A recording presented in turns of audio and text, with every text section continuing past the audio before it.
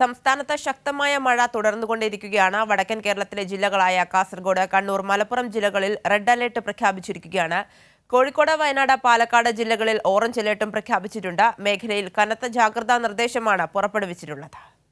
വടക്കൻ കേരള തീരം മുതൽ ഗുജറാത്ത് തീരം വരെ ന്യൂനമർദ്ദപാത്തി നിലനിൽക്കുന്നതിനാൽ മലബാർ മേഖലയിലാകെയും ഒറ്റപ്പെട്ട ശക്തമായ മഴ തുടരുകയാണ്.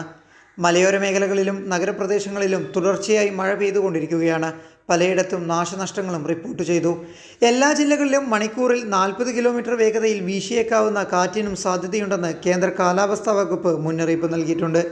കണ്ണൂർ, കാസർഗോഡ്, കോഴിക്കോട്, മലപ്പുറം, വയനാട് ജില്ലകളിലെ പ്രൊഫഷണൽ കോളേജ് ഉൾപ്പെടെയുള്ള വിദ്യാഭ്യാസ സ്ഥാപനങ്ങൾക്ക് ഇന്ന് അവധി പ്രഖ്യാപിച്ചിട്ടുണ്ട്.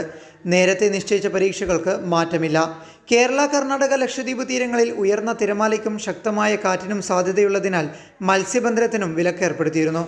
കൂടാതെ തീരപ്രദേശങ്ങളിൽ താമസിക്കുന്നവർ പ്രത്യേക ജാഗ്രതയും പുലർത്തേണ്ടതുണ്ടെന്ന് സമുദ്രസ്ഥിതി പഠന ഗവേഷണ കേന്ദ്രം അറിയിച്ചു.